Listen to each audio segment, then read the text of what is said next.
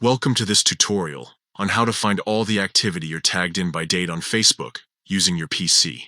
This is especially useful if you want to keep track of your online interactions or simply review past posts and photos you've been tagged in.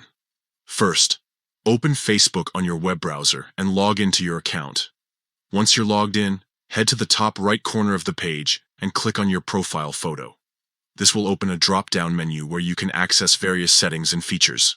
From this menu, select Settings and Privacy, and then click on Activity Log. This will take you to a page that displays all your Facebook activity, including posts, comments, and more. Under the Your Facebook Activity section, click on Activity You're Tagged In. This will show you a list of all the posts, comments, and photos where you've been tagged. You can scroll through this list to see everything, but if you want to organize it by date, there's a simple way to do that. At the top of the page, you'll see a Date option. Click on this to open a calendar view where you can choose a specific date range. Select the period you're interested in, and then click Save Changes.